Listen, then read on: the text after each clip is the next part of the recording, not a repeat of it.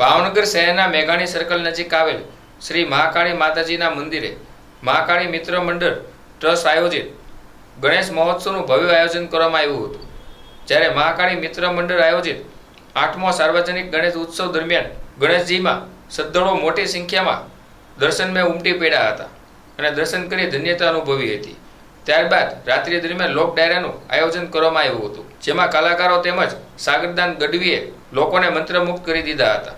જેમાં ધારાસભ્ય જીતુભાઈ વાઘાણીએ ગણેશજીના દર્શન કરી લોક ડાયરો નિહાળ્યો હતો। આ પ્રસંગે મહાકાળી મિત્ર મંડળના સભ્યોએ ભારે જહેમત ઉઠાવી હતી। મારા વડીલ મુરબ્બી છે સાહેબ, અમારા આપણા ભાવનગર